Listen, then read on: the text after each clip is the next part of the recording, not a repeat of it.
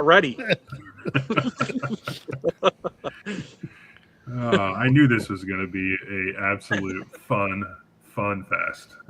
So welcome, gentlemen. Us or okay, all right, good. I didn't know No if you're talking younger. about the live stream or us. We got Rowdy Player One, Corn Dodger, and some random dude with a green screen in the background. That's not a green screen, dude. Prove it. Go back there and jump on that red tree. Oh, Man, he got an AI dog in it too. I know. Holy Wow, cow. Man, This has come a long way. AI has really come a long way. Yeah, Rowdy's AI. My background is AI. That's great. Scott's doing a CGI. great job. We already have one comment that was actually kind of put in here, I think, before we launched, but this is from Talia. I read this book last year for John the Range. Looking forward to the discussion. Awesome, Talia. Glad to have you. So yeah, we're talking True Grit today, and I am hyper prepared here. So my three cohorts can keep me honest here, but this is a Western book written and published in 1968. There's been two movie adaptations. There was the 1969 True Grit movie that had a powerhouse of actors. You had John Wayne, Glenn Campbell, and I didn't know it at the time. When I watched the movie on YouTube, I picked out Robert Duvall as Ned Pepper, but I didn't pick out Dennis Hopper. Did you guys? I don't know if you guys watched it or not, but yeah, I rewatched both movies this week. yeah. And then 2010 version directed by the Coen brothers, starring Jeff Bridges, Matt Damon, Haley Stanfield, which looks nothing like her real person, and Josh Brolin. So Thanos was in this one. So that's always awesome. Hello, Lou. Hello. So, okay. A little bit of author insights here before we kind of get into a high-level summary of the book and kind of talk a little bit more. And if Dustin we like Neely is in the chat. Well, he's not in the chat, but he is watching. But he can't chat. Uh-oh. Okay. He commented Did you on... lock him out, Scott? Yes. No. He commented on a... I just got from my interview with the vampire post. He commented on there. I think he meant to comment on something else, but Okay. he's listening, but he can't type. Fantastic. Sorry, Okay. Jordan. Go ahead. No, no worries. Some author info before we get started. So Portis, Charles Portis, is the author of this book, attended University of Arkansas, and was big into journaling, both in college and after college. He was a journalist at the New York Herald. Very introverted writer. If you haven't done a little Google research, there's hardly any pictures, very few pictures of him out there on the intranet. And so I found that really interesting. He ended up writing 6 books. The first book wasn't True Grit. It was actually his 1966 publication of a book titled Norwood. True Grit was actually his second book. So this little author insight there. So who wants to take a stab at a high-level summary of what this book is about? I will. Okay. It's a tale as old as time, revenge. I think like 50% of books I read are probably just revenge books. We have a young lady whose father is killed by one of their hired hands. We should tell everybody that we're spoiling. Oh yeah, everything. This is gonna be spoilers from here on. Yeah, we have a 14-year-old strong-willed young lady who wants to bring in the bad guy that did her father in. That's a high-level summary right there. Yep, that's it. Sounds about right. Spot on. Oh, I was getting ready to say, random dude, do you have anything to add here? Spot on. Just absolutely stunning. So here's what I had written down, my notes. It's 14-year-old girl, Maddie Ross, It's a first-person narrative. Her quest to avenge her father's death, as Scott mentioned. 1870s Arkansas. She hires Rooster Cogburn, a notorious U.S. Marshal, who pairs with a Texas Ranger named LaBeef to track her killer, Tom Chaney, into the Choctaw Nation? Is that a Dick Cheney's great grandfather? Just curious. Yeah. I think too, like, keep me honest, but the book really is about not only her revenge, but her kind of development as a young girl, because she's not a typical 14-year-old.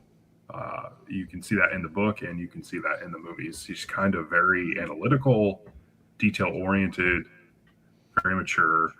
So, yeah. That's the high-level summary. From her perspective, right, as an adult? Isn't First person. Yeah. Yep. So, we want to walk through kind of what takes place in a little more detail. Yeah. All right. Sure. This is so engaging.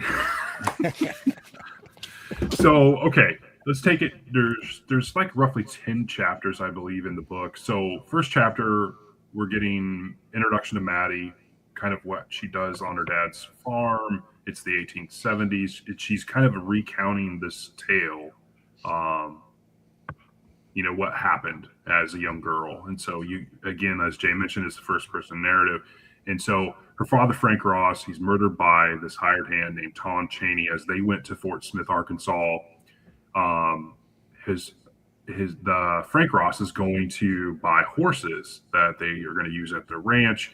And he takes Tom Chaney with him to Fort Smith, and Chaney starts gambling and feels like, maybe he's getting cheated, and he wants to pull a gun, and he's drunk and everything else. And Frank,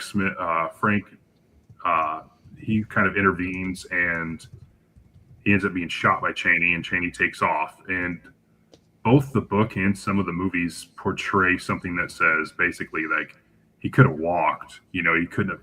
He steals Frank's horse and his 2 gold coins and takes off. And so that's kind of the setup here. Anybody want to take it from there? Well, just real quick with Maddie Ross, once we get into whether we like the book or not, I think if you're not if you hadn't watched, like I had watched the show before, so I knew what I was in for, but if you're kind of just jumping in this and you don't know anything about the character, she can be a bit off-putting. Like she's kind of like a mini Karen, like an 1878 Karen, like I'm gonna get my lawyer. I want to talk to the manager. This is the way it's going to be done. So if you're reading it, but you just have to understand, this is just the character. And I actually just enjoyed that bit. I just wanted to say that before, we got into the weeds. Did any of y'all do the audiobook? No. Oh, boy. Okay. Did they actually act it out? I did. Oh boy. And you want to think a 14-year-old's annoying, like when you're reading it? Imagine listening to it. That's why I think oh my gosh, it's rough. Did you listen to the audio version like was narrated by Donna Tartt? I think so, because there was only one on my Libby app, but I'll look it up while you're talking. Okay. What's up, Josh? I kind of felt with her, like I liked, this is just going off of what Scott was saying, is I like the aspect that she wasn't going to be pushed around or bullied. But it got to the point where she was just a spoiled little brat. Like everything had to be her way. And that kind of turned me off about this story. Yeah. I just remember, the movies do a pretty good job. At least the one, I don't really remember the newer one as much as the older one, but I remember her being a little snot in that movie as well. Yeah. Well, you can't say it's Donna Tartt. You're right. It's rough. Yeah. So Scott was a fan. Jay was not a fan. Obviously, Rowdy's not a fan. Are you talking a book or are you talking the girl? The girl. Okay. Oh no, she's super annoying. I was kind of in the middle.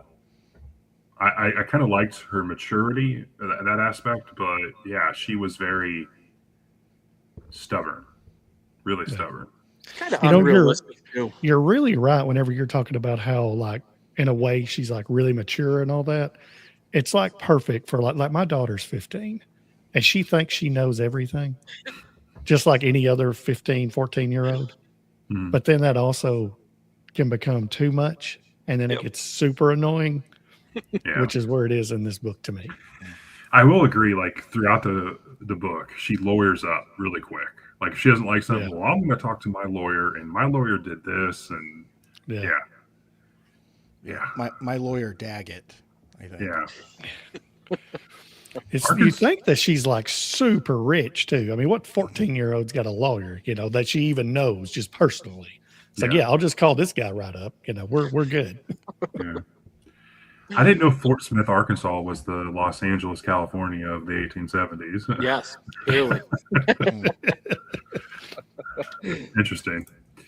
Okay, so this how happens. Her father gets killed. So in chapter 2, Maddie she travels to Fort Smith, Arkansas.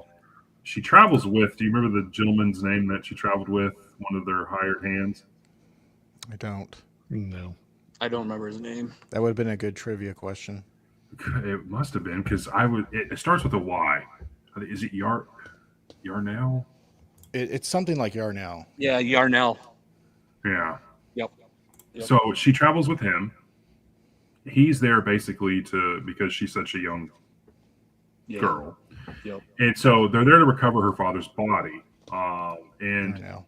at the same time, she's facing kind of this, she's arranging funeral stuff. She wants, the casket's a pine casket. She says it's not good enough. She wants to transport it back. And she tells Yarnell to go back because she has further business because, as Scott and Jay alluded to, like she's here for revenge. She wants to find Tom Chaney and she wants him to pay. So she goes to, like, I believe it's the local police there, and asked about, what's going on with the investigation. They basically don't really have much other than the fact that apparently Chaney kind of hooked up with this Ned Pepper's gang, and they went to this Choctaw Nation, and it's out of his jurisdiction kind of thing. And that's not good enough for her. And so she goes and starts asking around. I think it was the sheriff, asked the sheriff, who's the most, hardest guy, or who's the best guy from, as one of the marshals. And obviously Rooster Cogburn's name comes up, and he's pretty infamous in his brutality and all that. But she's looking for someone with true grit. And so she goes and I think it's at the courthouse, where she goes and kind of listens to him speak on one of the cases where he brought people in, and they were thinking that he kind of manhandled how he did, brought these people to justice. And so she's getting kind of validated that he may be the guy to hire to go after Chaney. And so she has her interaction with him, and it's kind of funny. And yeah, she also gets her father's effects, and that's what takes place basically in this section here. Anything else I'm missing? Anything I've overlooked? No. No, there were, she had a choice between one U.S. Marshal who was a good tracker, Yep. one who would bring him back, usually brought back alive, and then Cogburn. And I think, she doesn't want Chaney dead. She wants him on trial, Yep. but if he dies, but she wants him back alive and justice served. Right. Yeah, I believe the tracker was he was like half Indian. He was, yeah. Yeah. All right, fellas, I'll watch the recap. I have to take my kids to the birthday party. Okay, Josh, we're Have second fun. fiddle. We're second fiddle. See you, Josh. Peace. So, what happens next? Does someone want to take it, or you want me to keep going? Well, you're doing a great job. Don't Yeah. quit now.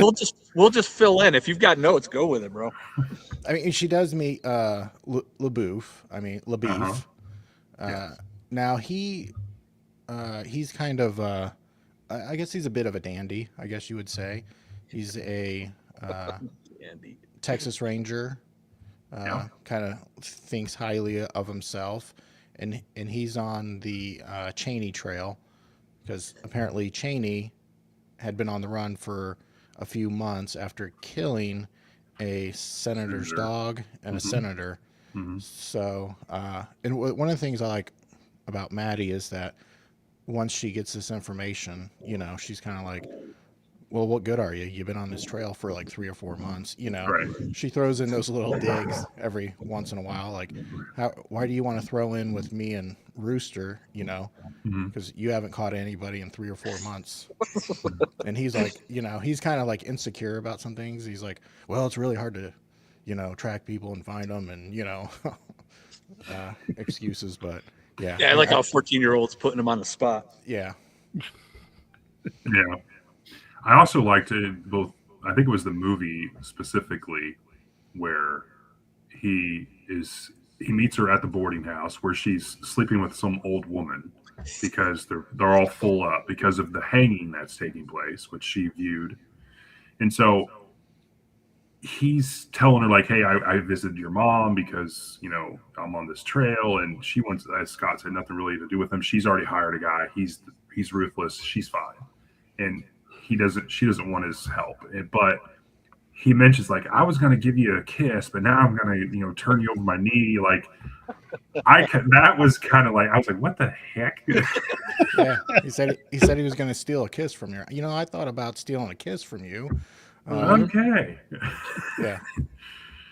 Times were different back in the day. Yeah, guys. 14. Yeah. Yeah, and he said something like, but I'd rather just I'll put you over my knee or something like Yeah.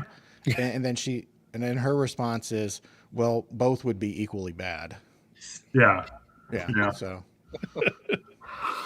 In the movie, he at one point doesn't she say like, well, the first one would be just as bad as the last one or Yeah. something, like when he talks Yeah. about like, yeah. yeah. I was like, wow. Okay. So from here we get where both in the movie especially is they're wanting to, they don't want her to go in with her, like she's going to hold them up, uh especially in the John Wayne film. I thought was interesting is once Cogburn realizes that there is not just, I think, $100 that Maddie promises, for his services, that there's other money related to the senator and everything. I thought that was interesting because he's like, well, what if I get some of that, on top of what she's, willing to provide me, which she raises the funds by going to meet, was it Stableford or the horse guy, and she talks him down like she negotiates very, very well with him. Like his horse and the horses were under your care when all this happened. I want the saddle. I'm not going to settle for anything under $300. And she already has, she has contacted her lawyer, and because she knew that he would want it in writing, and so I thought that was interesting as well. Yeah, I thought he rolled over a little too easy on some of it. Yeah. Because it was Maddie's dad, his employee, Tom Cheney, knocked that guy's employee's teeth out, and he's can only eat soup. And she's saying, you're responsible for this. If I was that guy, I'd say, no, I think your dad's employee just took out my employee, so I think you're going to have to pay his medical bills and make up for some stuff. That's the route I would have gone. Yeah. I think he was a defeated person, though, so I could see it, I suppose. He kind of just wanted to be done with her. He's like, at one point. Fort Smith wasn't good to him, and he had malaria. Yeah. So he was just kind of, like beat down. He seemed later in the story that he actually didn't mind her so much either after she abused him. Yeah. On that negotiation. But yeah, I would agree. Again, I don't, there's a lot in this book that I just don't feel was realistic in some aspects. That was one of them. This guy's a businessman. Is he really going to fold that easy? I mean, against a 14-year-old? Right. I mean, she did a great job, but. Yeah, so then all three of them eventually go after Cheney, and they head towards this Indian Choctaw nation to try to find him because he apparently hooked up with Ned Pepper, who I believe Cogburn was familiar with and wanted to go after as well. So it's like two birds in the hand kind of thing. So Mhm. that's all takes place, and there's a lot that kind of takes place throughout this. Yeah, a lot. One of my trivia questions for you all, which kind of is fitting here, is this, and I'll go into it now because this is an interesting part of the book. So when they're out, kind of, sleeping under the stars, there's a part about, well, she sees, I think it's Cogburn putting a rope around his bedroll, and she lets him know, like, well, it's to keep snakes away, type thing. My question for you all is, does that work? A horsehair rope, does that keep snakes from going into, in through a circle? Yes or no? It's just got to be an urban legend. I'll say no. Jay? Yeah, I'm gonna say no. Rowdy? I'm going to say no. Well, you guys are smarter than you look because it is a complete and utter myth. I actually watched an old video where they do this. They actually they put a rope in a circle, about an 8-foot circle, and they dump all these snakes in the middle of it. And they just go right over the rope. They don't even care, Yeah. In the They're not movie, like, it's almost like they think they're ants, because supposedly if you put something in front of them, then they travel all the way around or whatever. Mhm. Now chalk will do that with ants. It I've will. done that. Yeah. So like you take like sidewalk chalk. So like when I was out with the kids, I would put it around an ant and it wouldn't go across it. Really? Yeah. Interesting. I think it's the chalk. Interesting. Hmm. Yeah, I think in the movie too, with Bridges at that section where he's talking about the rope, he tells her that you don't have to worry about it because he's asking, like, where's my rope? And he goes, well, you're just skin and bones. You don't have to. They don't want anything to do with you, kind of thing. Yeah. They're not going to eat you. They're not going to bite you. Oh man. My guess would, if they're on, he's Rooster's just this old cowboy, and I'm guessing like on the trail, there's probably a lot of like little things they do, superstitions and stuff like that they probably follow. So this was kind of just like a fun one they threw in. So there's a couple other things that happen here of interest before we get to like where the section where they go and meet. They come to a place where they think Ned is at, but corn dodgers. So they packed all these corn dodgers, and it doesn't, keep me honest, it doesn't really go into much about what they are, but what I'm assuming they are is some type of corn cake type thing it's very salty and it's cured like almost like jerky, which it has an infinite shelf life. Yeah, but they have like 200 of them, don't they? Yeah, they were shooting them.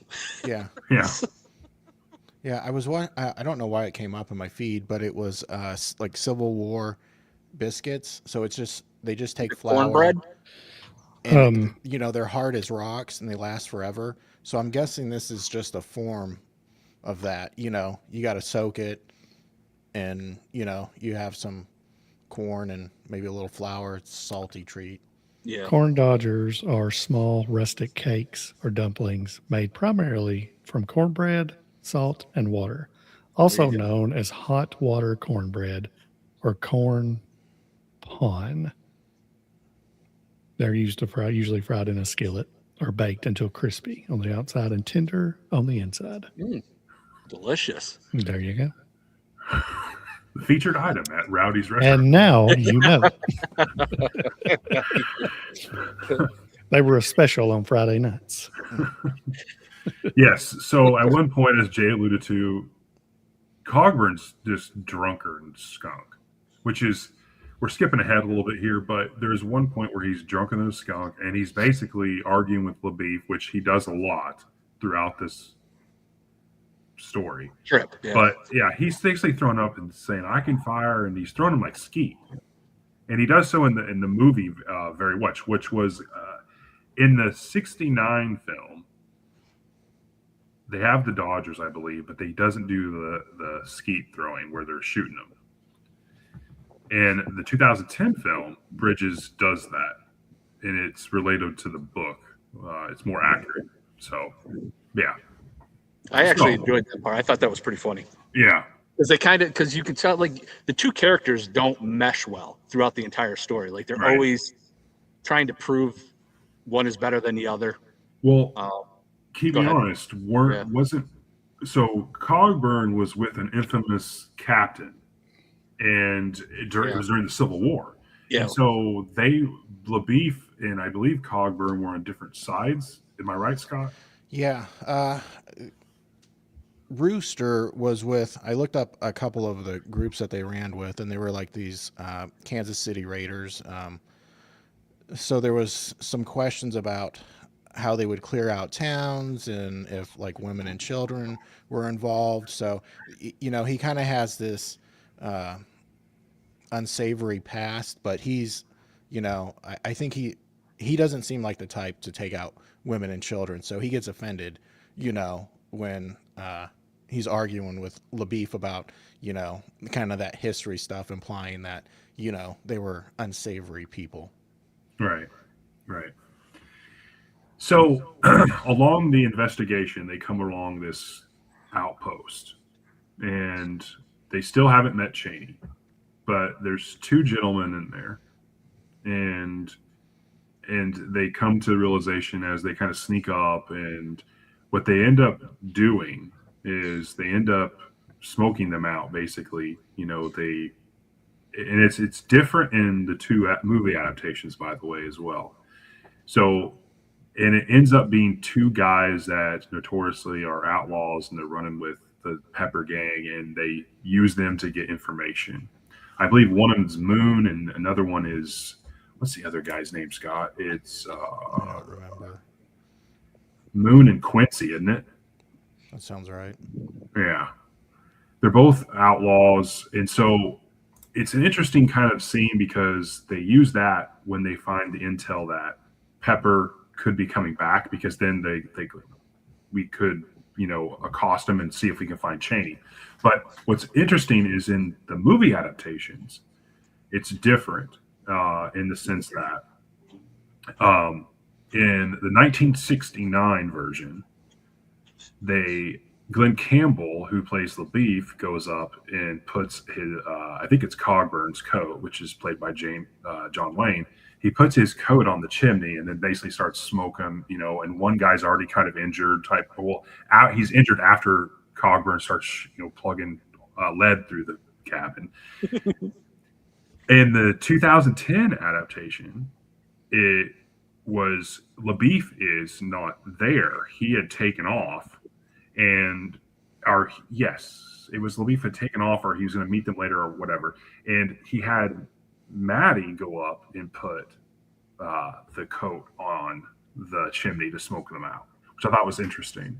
And so what ends up happening basically is that at this point they accost these two kind of known outlaws that are with the Ned Pepper gang. They try to get information from them. There's stuff that happens. There's a very brutal scene in the 2010 adaptation that happens, and I believe it's Moon is the one that basically his last dying words were giving information to Cogburn or what's going on, and then asked him like, send my stuff to my brother and in Austin or wherever it was. And yeah, so they get information, and then they try to kind of basically do a stakeout to see if Peppers comes, and they can find they can either kind of take them by force, or they can basically get information to find out where Cheney is.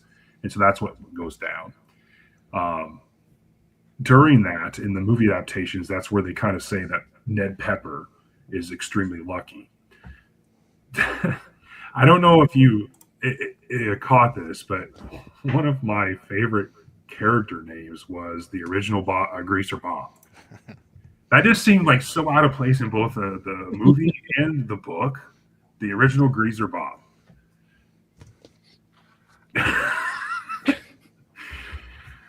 So I thought that was interesting. He's a very interesting character. And so in the movie, I don't remember if this is the part in the book, LaBeef jumps the gun and they kind of take off, and they end up killing a couple of them, but they don't get Peppers and they don't see Cheney. And so then they're kind of taken off, and they figure, and I believe it's Cogburn kind of knows where they're going to be going to kind of where Pepper Ned was going to be hold out. And so from there, they go to basically take on the trail, and they're still after Cheney. Anybody want to add? Yeah, in the book, after Moon and Quincy get taken out, you have Maddie and Rooster up on like a cliff looking down, and LaBeef is on the other side. And when the shootout happens, Cogburn accuses LaBeef of falling asleep and shooting and miss. He's always on his case about, you have this fancy Sharps rifle and you can't hit squat with it. He's like, yeah, I can shoot a guy from 200 yards. And he's like, well, if we stumble upon an elephant, it'll come in handy. But, So it's funny that Scott says this, because this is another one of my trivia questions. Do you know the exact name and year of LaBeef's famous rifle? I'm going to take it. Well, it's a Sharps something. I don't know. And I'll say it came out 1867. Close. Rowdy, any guesses? No. Random dude? 69. I'll one up, please. 62 years. Closer. It is an 1874 Portisoli made Sharps carbine. I've heard of those. What was the first of it? What was the name of it? It's a 1874 Portisoli made Sharps carbine. Oh, I've never heard of that. Yeah, it's like a buffalo rifle. Yeah, they're pretty big. Because in the 1969 film, LaBeef shoots a turkey. Do you remember that, Scott? He shoots a turkey, and they're like, "Well, there's not anything left. You just obliterated the whole thing." Yeah, that's in the book too. Yeah. Okay. Yeah. So something I want to talk about, though, is to backtrack a little bit, because I think it's important that we realize that the two main characters that are on the same team are always at each other. And there's a scene where LaBeef takes Maddie and starts spanking her. Remember that? Yeah. So like there's and then Rooster stops it from after a while. Like he's like, enough. And there's always this tension between them that I think is important, because towards the end of what happens at the end of the story. Hey, Leslie. Yeah, that's a good point, because I missed that, because again, LaBeef wanted to spank that 14-year-old girl. Right. Yeah, and he actually does. And then in the movie, I think, doesn't he get a little out of like control? And then he had to switch. Rooster's like, enough. Yeah. And then he wasn't listening to Rooster, and Rooster was like, basically, I'm going to shoot you if you don't stop. Yeah. So I mean, it gets pretty heated between them the entire trip that they're on here. Like it isn't a friendly. No. I mean, other than when they were shooting the corn muffins or Dodgers. That seemed to be a moment where they're bonding, but otherwise it's always, they're kind of, like, you always got this undertow of they're just not really liking each other, but they're there because they're trying to get these bad guys and split the money. Yeah. So, there's a great scene when they're by the campfire and LaBeef's going, you don't know what it's like, talking with Maddie and stuff like that. You don't know what it's like to drink water from a dirty puddle. And Cogburn's like, yeah, that's true.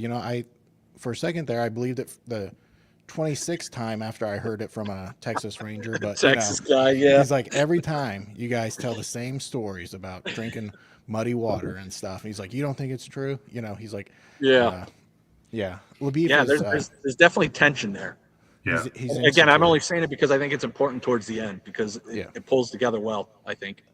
Well, and another kind of, and I don't know if I didn't know this, and I don't know if you guys, Scott might have, because he saw the movies prior to reading it, but I didn't know really at that point when LaBeef kind of jumps the gun and he gets accused of, misfire, not being able to shoot the rifle, is a huge foreshadow to what's going to happen towards the end.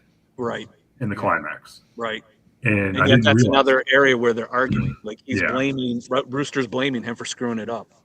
And the other kind of foreshadow was at some point during like their nightly kind of campfire sessions, was it when he was drunk, where he tells him like, "Yeah, I put the reins between my teeth and I had both Yep. guns and I was Yep. going after him," and that's a huge foreshadow, Yeah. like, Yeah. and you don't Yep. really know Yeah, it, because nobody believed him either, right? Weren't they like that's Yeah. a good tale? Yeah. right? Yeah, because I think he was talking with Maddie about it, and she's Yeah. like, "Okay, so these guys just turn tail and run." And then Rooster actually said, "Well, if you have a wife and kids, Yep. Yep. you're going to make a choice. Are you going to run towards me with guns, or are you going to peel off?" Right. Yeah, And because wasn't so- it like 7 guys he did this towards? Yeah. He like Yeah. charged 7 guys against himself, and he had Yeah. 2 guns in each hand or 1 gun in each hand. Yeah. Yep. That was interesting. Yeah. So after the kind of attempted ambush, then basically, where are we going with this? Where do they end up going? Does anyone know? Well, Rooster knows a dugout. Well, no, I think have they gone to town yet? Mm-hmm. They've already gone to town. No, they haven't gone to. They haven't gone They're- to like that sheriff's place where. They're taking the bodies Yep. to town. Yep. At this point. Yes. Yes. Yeah. Yeah. And I think it's well, he's like a police chief, the Indian, Yes. because it's Indian territory, Yep. and so Yes. his buddies in there getting I think a haircut Mhm. by the barber doctor guy when they show up. Oh yeah, and because there's 2 bodies, and he's like, okay, we'll bury them and go ahead and split up. Well, there's 3 bodies, I think.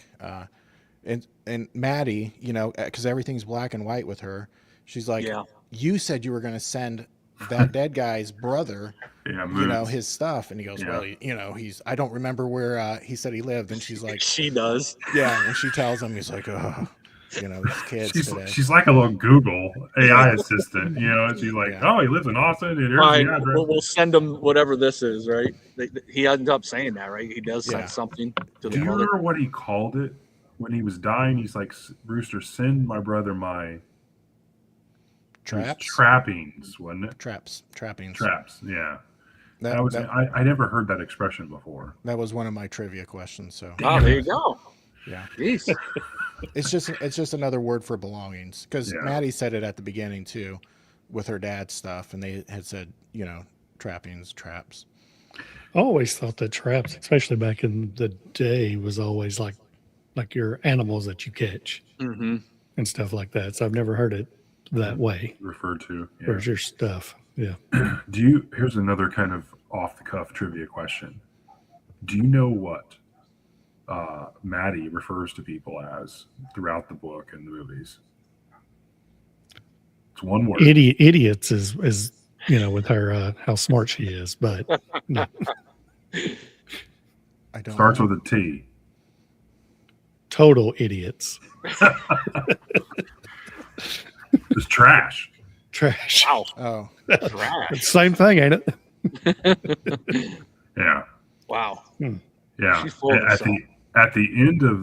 Towards the end of the 2010 version of the movie, when she goes to see Cogburn, who's traveling with his buddies that were part of that captain's group, one of them being Cole Younger, and the other is Jesse James's brother, Frank. She is informed that what happens, which I won't get into just yet, but she ends up calling Frank James trash, which I thought I was like, well, dang, Mhm. yeah. She said, Yeah. "You can stay seated, trash. Yeah. Don't get up, trash." yeah.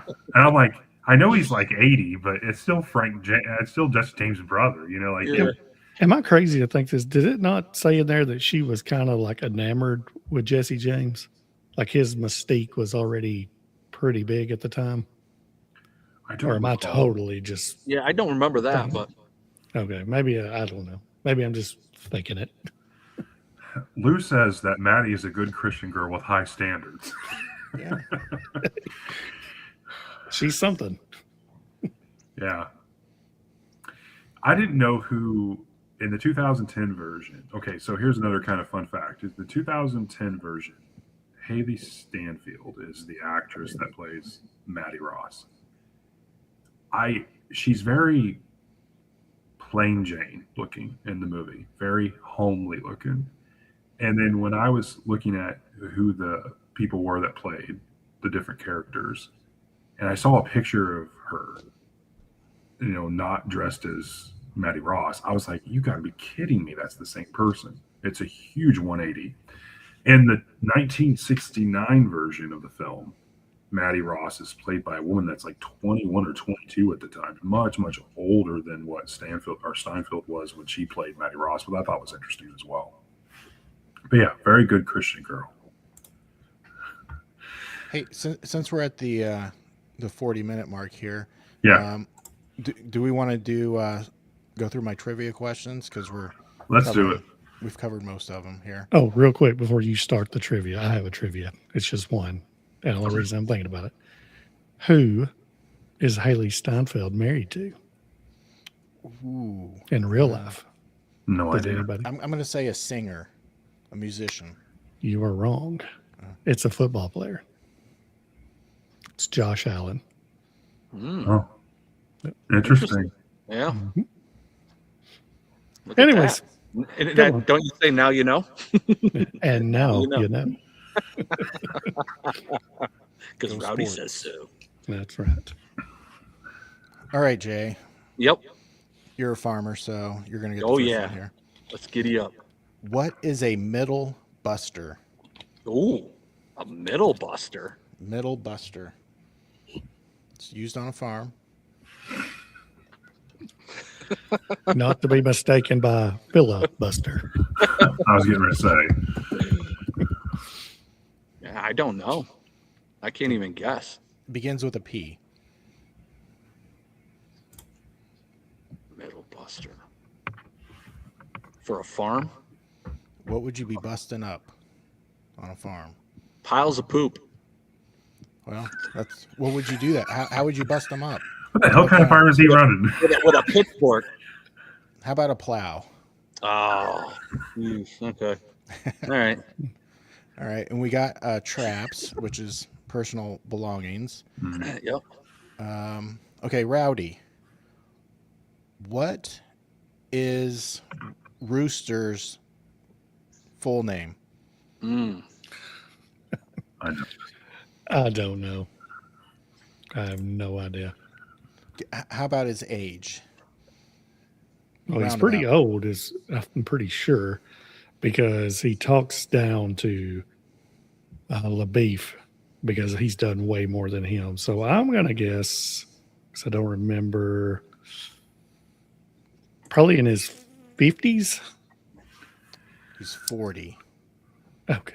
I was shocked by that. Yeah. I guess that I makes don't know if sense, it's because yeah. I pictured John Wayne playing this character, but he does not Yeah. look 40 in that movie. So, like, when reading this book, I was like, wow. Because here's the other thing is we haven't talked about it, but what comes later explains a lot of how long these people stick around and Yeah. you Yeah. know, We their jumped, history. And I was like, we jumped 40 yeah, 25. so I was shocked by that. Yeah. Yeah, And he's in 25 rough years. condition, let's be honest. He's a heavy drinker.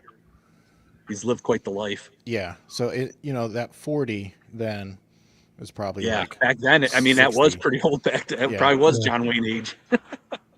What about his full name? Kevin, you want to give his full name? Isn't his Rooster? first name Reuben?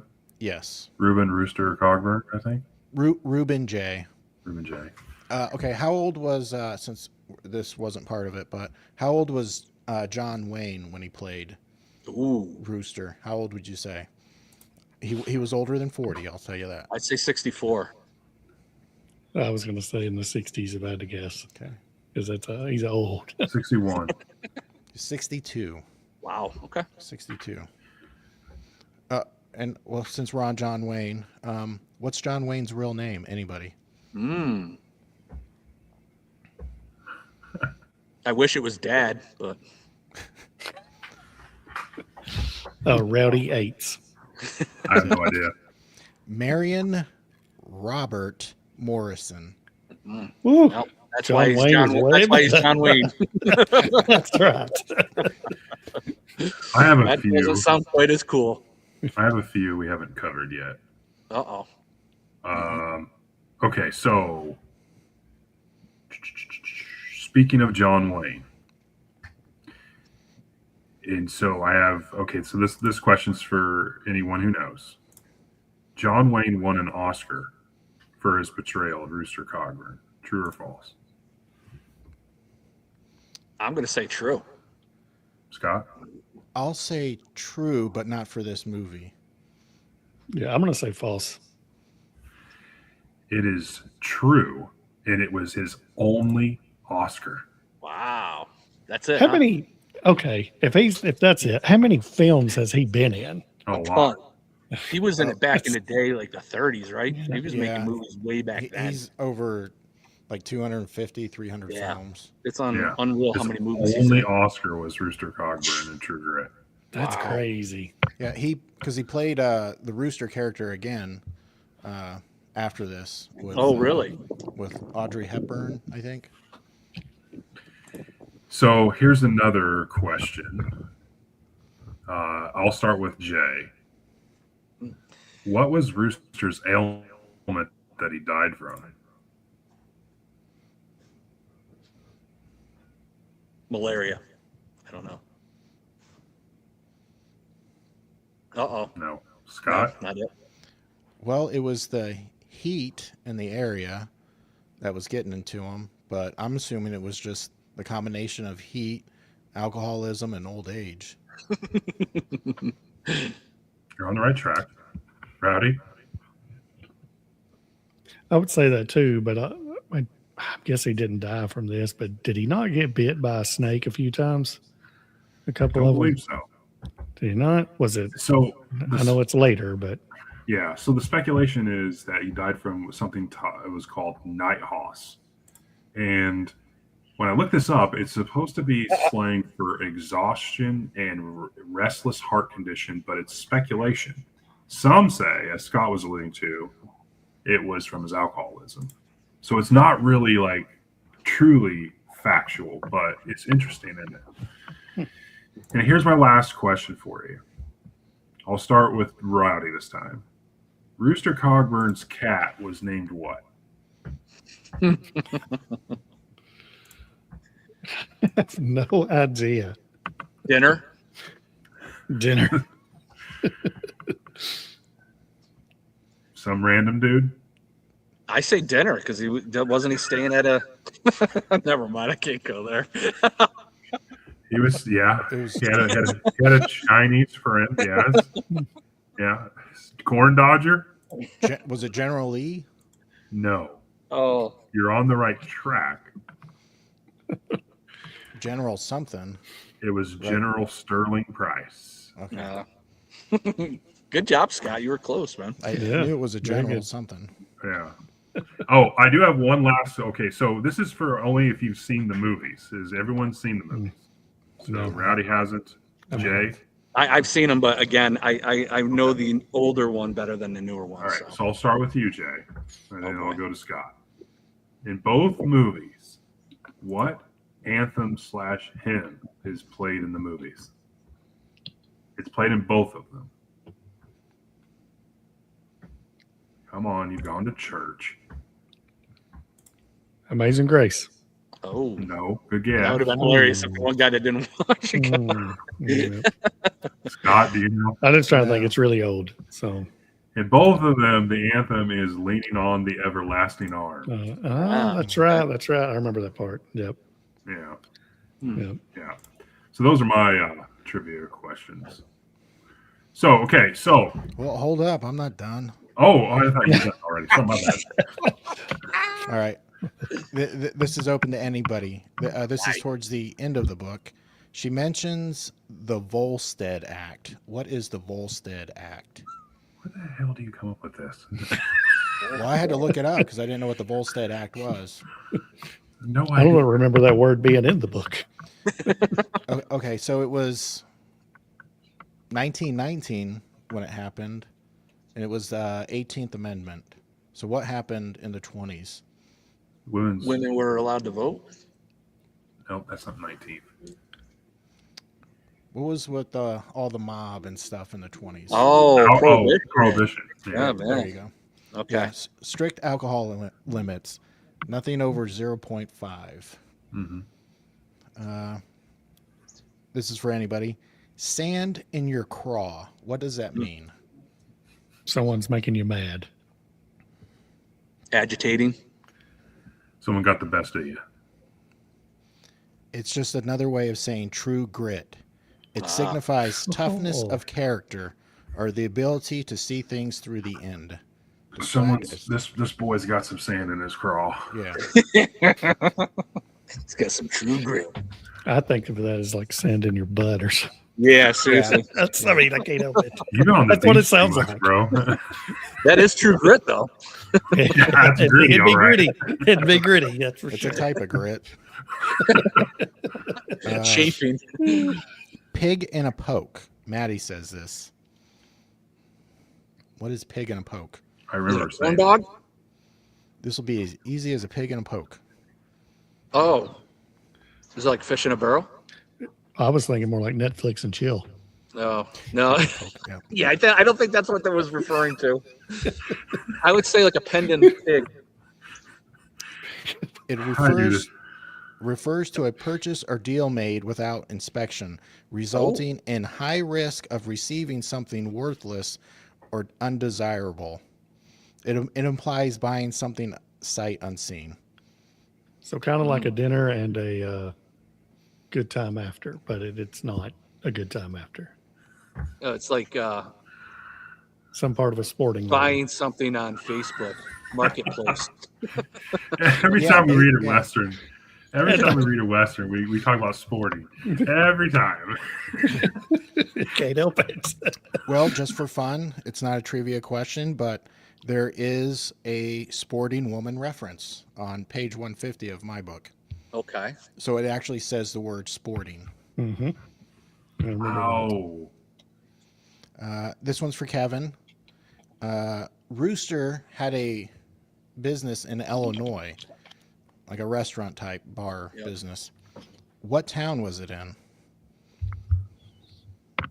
Oh, Cairo. That's it. Yeah, I remember that now. Yeah, it was Cairo's because I remember it was like, Cairo's at the very southern tip of Illinois. Mm-hmm. Say, I've been there before. Yeah. What is this is from Lonesome Dove too. What is a shoat? This is a friendly reminder. Isn't that what you say, like, faux shout? Shoat. Oh, for shout. It's a baby pig. It's a pig that's not full grown. You wouldn't just call it babe? Yeah. Interesting. Put babe on the grill. Put Right. another babe on the grill. When Rooster's on the stand and he gets reminded of how many people he did actually kill, Yeah. how many people did he kill? Is it 12?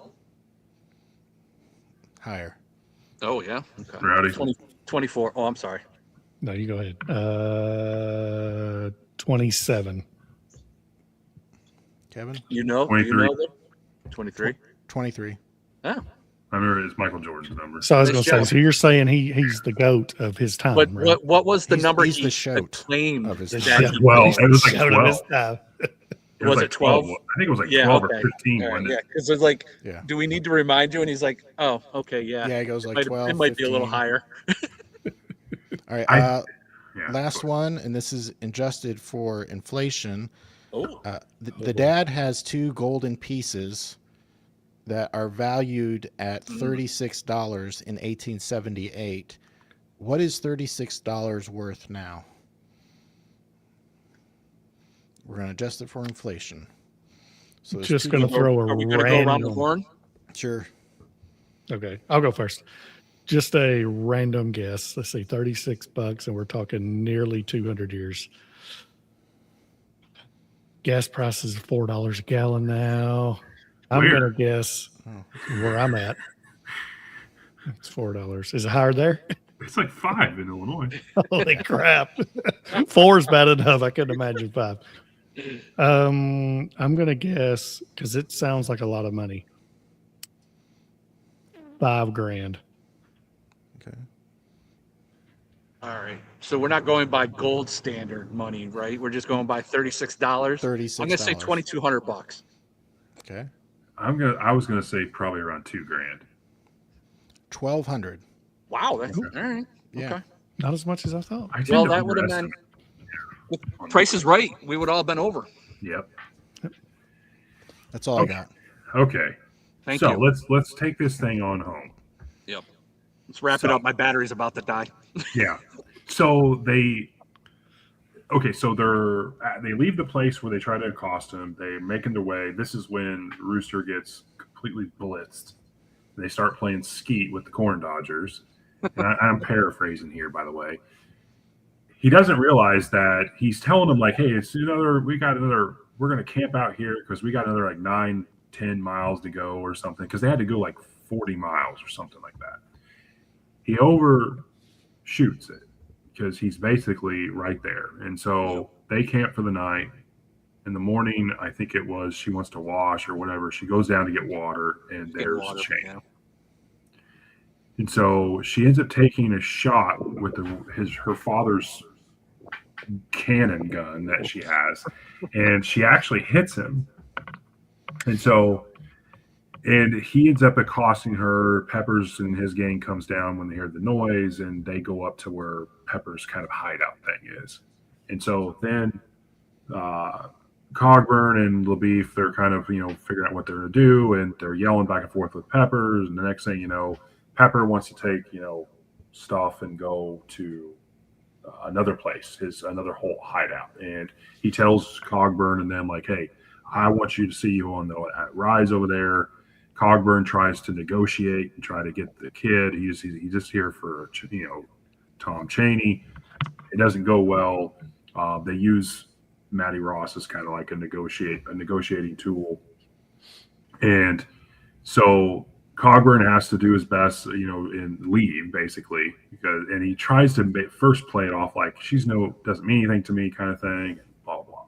So that all takes place. Ned Pepper leaves Cheney with Ross, with Matty, gives him instructions that they're going to send for a horse for him or whatnot.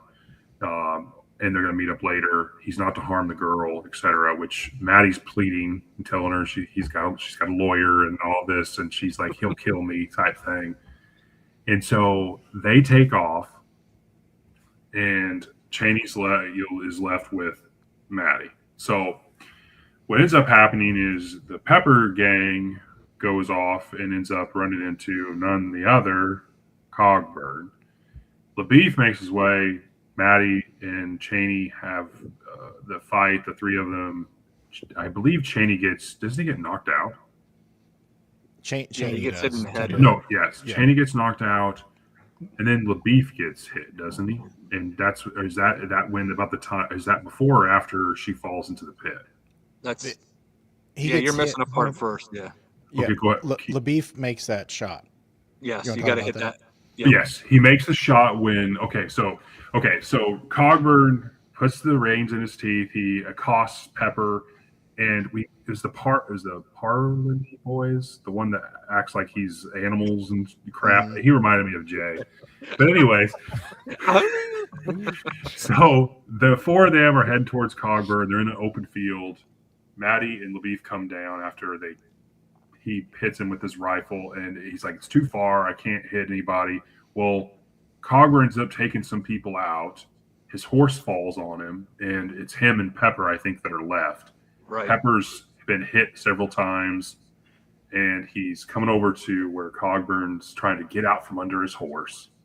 And what ends up happening is then the Sharps carbine by LaBeef, he makes the shot, saves Cogburn. And so while that takes place, then lo and behold, here comes Cheney, and Cheney, hits LaBeef and takes hold of, Matty Ross, and they have a scuffle, and she falls into the pit, and she's not alone down there. There's Rattlesnake. Yeah, and she shoots Cheney. She shoots Cheney. Yes, Yeah. yes, Again. that happens. He falls. Does he fall over the cliff, or am I mixing the movie up? in the movie, he falls. Yeah. Hey. One of them. Yeah. So, anyways, so Yeah, well, she's down there in the. It's like yeah, a I know. farm over here. Yeah, it's crazy. Geese cracking in the back, dog barking at the geese. So she's in the pit. The rattlesnakes are around her. She's yelling for help. LaBeef's kind of unconscious. Cogburn makes his way up there. He's trying to, she's like, I'm in a bad way. She ends up trying to fight off these rattlesnakes because she finds a bone or something, and she's trying to like do stuff, and she ends up getting bit. Cogburn comes down, the beef comes to, pulls them all up. But what's interesting is, I believe in the book and the 2010 film, it's kind of the same, where when Cogburn gets down there and she realizes she's bit, he takes the wound and opens it up with a knife and sucks the poison, spits it out. In the 1969 film, John Wayne, I think, cuts her, but they don't show any of the other stuff. It's very, very brief. And so he drags her up. Cogburn realizes that she's not got long to live if she doesn't get to a doctor soon. He tells the beef, we'll send someone for you. He's taking the horse they have, and it's Blackie, I believe, her horse, I believe, he takes off on. And he realizes he's a long ways away. He starts pushing the horse. In the movie in '69, John Wayne's really pushing the horse. They make a slight kind of nod to that because they know they're going to push the horse to death. In the 2010 film, he's back there having the horse to keep it, to get its adrenaline going, to keep her going. In the '69 film, John Wayne steals a wagon after the horse dies, and takes off with her.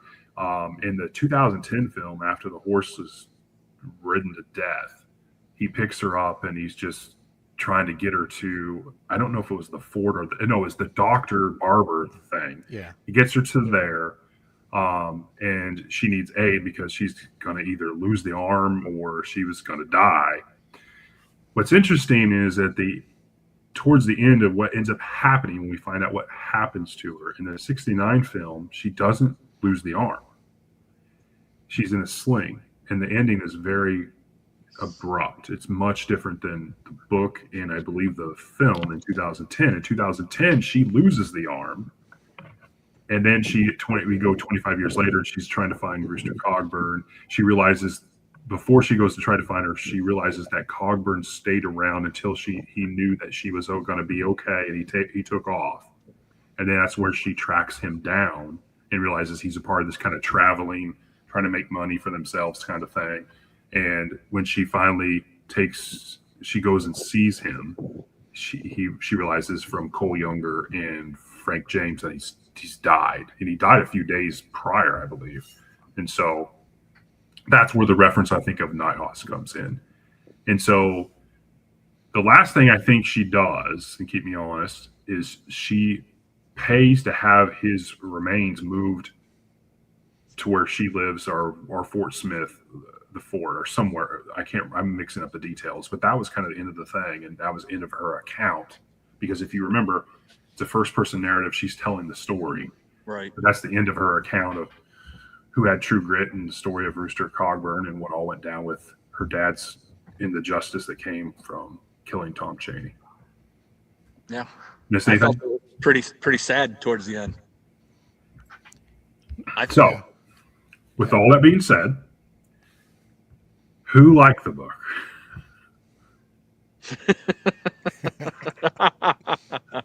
Rowdy, you're voted off the island. Sorry. It's been a fun ride, fellas. The team has spoken, Rowdy. I will say this. You are the weakest link. I'll go first and just talk about kind of like what I enjoyed, what I didn't enjoy real quick. But there is in the book, there's a section when she's learning about Cogburn. She's at the court, and there's a kind of, it seemed to me, a long period where it's just kind of exposition before anything kind of happens. They get going. That part I didn't like, and I was kind of iffy on the book until I watched the movies afterward. And I think watching the movies afterward made me appreciate it more. I agree with you. Yeah. I probably would have liked it better if I would have read it instead of the audiobook really was annoying. That can ruin a book. Yeah. It's one of the few times where I've actually had an audiobook that I couldn't stand. Just, I don't know, like nothing about, I didn't like the voice actor who portrayed it all, and just the whininess of her. It just got on my nerves so much. Yeah. It probably would have been better if I'd have read it on the page. Scott. Yeah, if we're giving it rankings, it's like a 3.75, maybe even a 4 out of 5 for me. Really like. There are some shows like if you watch the movie beforehand, you'll have a better appreciation for the book, and I think this is one of them. Just because Maddie, if you're going into this, she can be, like I said, she's like a 14-year-old Karen, but you're not seeing the big picture. You're just with her for the first 75 pages, and she's a complete teenage maniac. Like. But if you watch the movie, it all kind of comes together at the end. But yeah, I mean, it's pretty short. I have the American Library edition, so I think it's like 150 pages in this. So I don't know, maybe like 200 pages for a regular book. Yeah, mine's 235. Okay. Yeah, mine was my Kindle. I had the Kindle version, and I think it was around 230. It's a quick read. Yeah, 335. Yeah. Fine. So it's not really a long book. So, I think if you're on the fence, watch the movie, the 69 or 2010 version. And if you like that, then read the book and you'll probably enjoy it a little bit more. Jay? Yeah, other than I've already said was I didn't really like her character in the very beginning. I didn't like the fact that she always had to have her way. It was like 100% her way. And I just felt like that part of the story was kind of unrealistic. But I think the ending of this book actually wraps it up real nice. Like it really makes you feel, again, the two main characters having this like battle the entire trip, and then he saves his life by shooting at this outrageous distance because Rooster was about ready to get shot by that guy because he was pinned under his horse. So I kind of enjoyed that aspect of it, and then the very ending where you just find out how sad everybody's life was at the end. I felt like Rooster's life was kind of really sad throughout. But yeah, I liked it. I would say like 3.5, 4 for me. I kind of agree with what I think it was Scott that said watch. Me personally, I like the older one better, but you can kind of see from what you were saying, the newer one is taking the book a little more literally. Yeah. Where the other one was like referencing things that happened, right. Like because in the book he is stabbing that horse to get it, and she's yelling at him to stop. Yeah, and you couldn't have done that in 1969. No, but that just shows you where we are now versus that. You know what I mean? Like you wouldn't have done that then. Yeah, I liked the 69 film as well. I think I liked it because it was like there's a little nostalgia there. Yes, it was like my second John Wayne. Well, it's the first time I've watched a John Wayne movie since like I was at my grandma's as a young kid. Okay. So there's that. But I liked it because I thought John Wayne's voice and everything, he sounded like what you would think when you envision Rooster Cogburn. And so and he's funny. Like, he's actually he is. You think of this as Westerns being okay, they're going out to the Old West, but Rooster's actually, he's pretty funny. He, like when they say he pulls the cork and he does this drinking technique, and he's really funny just with the cat and the guy that he lives with and stuff like that. It was also interesting at the very end. Not only is the ending kind of a more happy ending, but the credits, they're thanking like the Department of Interior, the Fish and Wildlife Department, because they shot a lot of the landscaping scenes, the riding scenes where they're out, all in national area. Yeah, cool. That was interesting. Yeah, the 2010 version is way darker and it's way more tied. It's probably more like the book almost. Yeah, it's PG versus R. Yes, the Coens brothers directed. Yeah, I would recommend the older version and then read the book, but that's just me. There is a funny scene in the 2010 that's in the book. It's when those kids are torturing the pony, and so in the book or in the movie, he just casually kicks him off the thing. That's a great part of that book. And then he kicks him off again. Yeah, when he comes out of the house, he does it again. And I was watching it with my wife, and she's like just laughing, like, "What in the world?" I go, "Yeah, it's pretty funny." Because he's just walking out. He's talking to Maddie, and he just kicks this kid off the porch and just keeps walking like it's nothing. Yeah. That was great. I think too, besides what I'd said on all that, I don't go into any books knowing anything about them. Like, I'm not a person to read the back. All that I've been told is it's like, okay, this one's better than Lonesome Dove, or it's worse. You know, you kind of get back and forth. And if I would have went into it knowing that this is about a 14-year-old girl doing all this stuff, maybe my expectations would have been different. But I went into it thinking it was a much True Grit, a much grittier Lonesome Dove type book, just a whole lot shorter. Yeah, I think the And audio ruined it that for was you my guys. fault. And then then I listened to the audiobook and I'm like, I don't care about a 14-year-old girl that's whiny. Why? You know, it just, my expectations were totally different than what I was planning on reading. Right. And that's probably what really skewed me on it. Yeah. Yeah. All that being I- said, I'd have gave it a 3 out of 5. Okay. I gave it a 4 out of 5 for me. Nice. Yeah. I don't think it's as good as Lonesome Dove. I think Oh, Lonesome heck Dove's a no. completely different animal. Especially the second half. Yeah. Lonesome Dove's second half is phenomenal. Yeah, but I can And I see didn't- why this one's a classic kind of Western. Like, you Yeah. know, a lot of people that read Westerns is like, oh, True Grit's one of the ones you got to read because it's a revenge tale from a kid perspective. And you have some infamous characters that fit the time period very well. So, Okay, with the author Charles Portis, I think I have, it's almost his complete works in this, and some of his other stories actually, they sound fun. Like, he's got a sense of humor. So Yeah. I'm gonna read some of his other stuff. that was the other thing I found on Google as well when I Googled Portis is that he had some comic kind of very comic Western kind of tale type stuff. And I thought that was interesting as well. Yeah, You there's- said there's 6 of it. He wrote 6 books. Is that what 6 you said? books is what I Six? saw. Yeah, True Grit was the second book. Yeah. Tell me this, Kevin, you have read, I'm going to assume, way more Westerns than all of us, as much Louis L'Amour and all that other stuff. Where would you rank this on like your Westerns, like middle of the road, top tier, bottom? Probably bottom of the top. Oh, It's definitely one that I would recommend someone read, but there's probably a dozen other ones that I would say read that first. yeah. You I don't know, feel most this one of them- had that typical Western feel, though. Do you? You know No. how like when you read or Louis No, L'Amour, no. it Yeah. definitely has a more of a story to it than a lot of your other type Westerns. It's more of a character driven than a plot driven, like where Lamore's plot driven heavily, you know. Yeah. Yeah, he doesn't really get into any Flies. depth. Yeah, it just flies through plot, you Yeah. know. Oh, you know, I will say this. I liked Ned Pepper as a bad guy.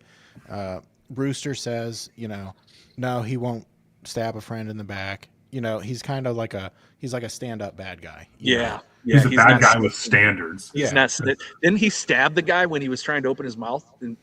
Or he cut his fingers off? Am I getting the wrong guy mixed up? No, No. you're talking about Chansey cuts Moon's fingers off. Oh, okay. Yeah. That was Movie. earlier then. Okay. All right. Yeah, Yeah, because That he's was about brutal. to snitch. yes. Yeah. That was pretty brutal. That Yeah. was shocking. Oh, He's yeah. I don't like, remember that in the 69. Yeah, he's like, let me do the talking. Meanwhile, he's bleeding out. To follow up on that, when right after that, they're up on Maddie and Rooster are up, and they're looking down. You know, they're waiting for the ambush. Yeah. He's eating corn dodgers, and she's like, "Can I see him?" He goes, "Well, Oh, yeah. you can't see him." She goes, "Well, there was blood on some of them. I don't Yeah. want." She goes, "I don't want them. Yeah, You she's eat like, them." I don't want any. You got any candy? Does Yeah. you ask for candy or Oh, something? he's like, "We're out of taffy." I ate yeah, it. taffy. Yeah. All right. What else? All right. Well, if my battery dies, you know what happened. I'm like barely there. Any last thoughts? Well, we're doing Jaws in. When are we doing Jaws? Did we decide August, August? right? I Let's can't see, wait for this. end of July, early August. Whatever Okay. works on your schedule. Yeah, whatever or my works for you schedule. guys. Yeah, whatever y'all do. Okay. Scott, you and I will talk about it. Yes, we'll split it up here. Yeah, so Jaws is the next book bros read. So Yes. good summer read there. Yes. Looking Not forward that to it. anybody's Hey, not wh- seen that movie. When's Shark Week? Do we know? It's been the summer. Yeah. It's either July or August. It used to be in August, but they do it in July now. Let me look So this up July, real quick. we're going Because that would be kind of cool to do it around You wanna then do if it's it not then? Yeah. early. I'm pawning it off on somebody else, so whoever's scheduling works for it. July 26th through August Okay. 1st. There you Short go. week. All right. Yeah. So end of Okay. July. If y'all are interested, we could do it around Yeah, then. no, Yeah. I can't wait to read this because I'm wondering how closely related it is to the movie. Yeah, I'm the same way. Like I have seen all the Jaws movies Yep. and like them all. And I've seen this the is the first one one a I'm billion very times. excited for. Yeah. Yeah. Good pick, Scott. Leslie's excited for Yes Jaws. Yeah. All right. Was that- Any last I hope it's thoughts? more like a horror, but go ahead. Sorry. Thank you for The doing book this. is a bit different, says Okay. Lou. What did he? It is. The book is a bit different. Okay. Yeah. As long as Hey, the real line quick. Not we're that I gonna want need to to ruin do this for you guys, but I watched a thing on the making of Jaws. Has anybody seen that? On Disney? No. The 50th Yeah, I can't remember anniversary? what channel it was, but that movie, with the exception of like a handful of actors, that's mostly the town people in that movie. Yeah. That was that. I was that's so cool. fascinated by that. That everybody you see basically as an extra actually lived in the town that was shot in. Yeah. Yeah. So That's I'm cool. really looking. I'm pretty geeked about this book. So Yeah. All right. Anything right. else? Thank you, everyone, for in the chat. Thank you to Corn Dodger, Rowdy, and some random dude for showing up. And that's a wrap. it did. That's All right. it. Bye, everybody. Bye. Bye. Bye.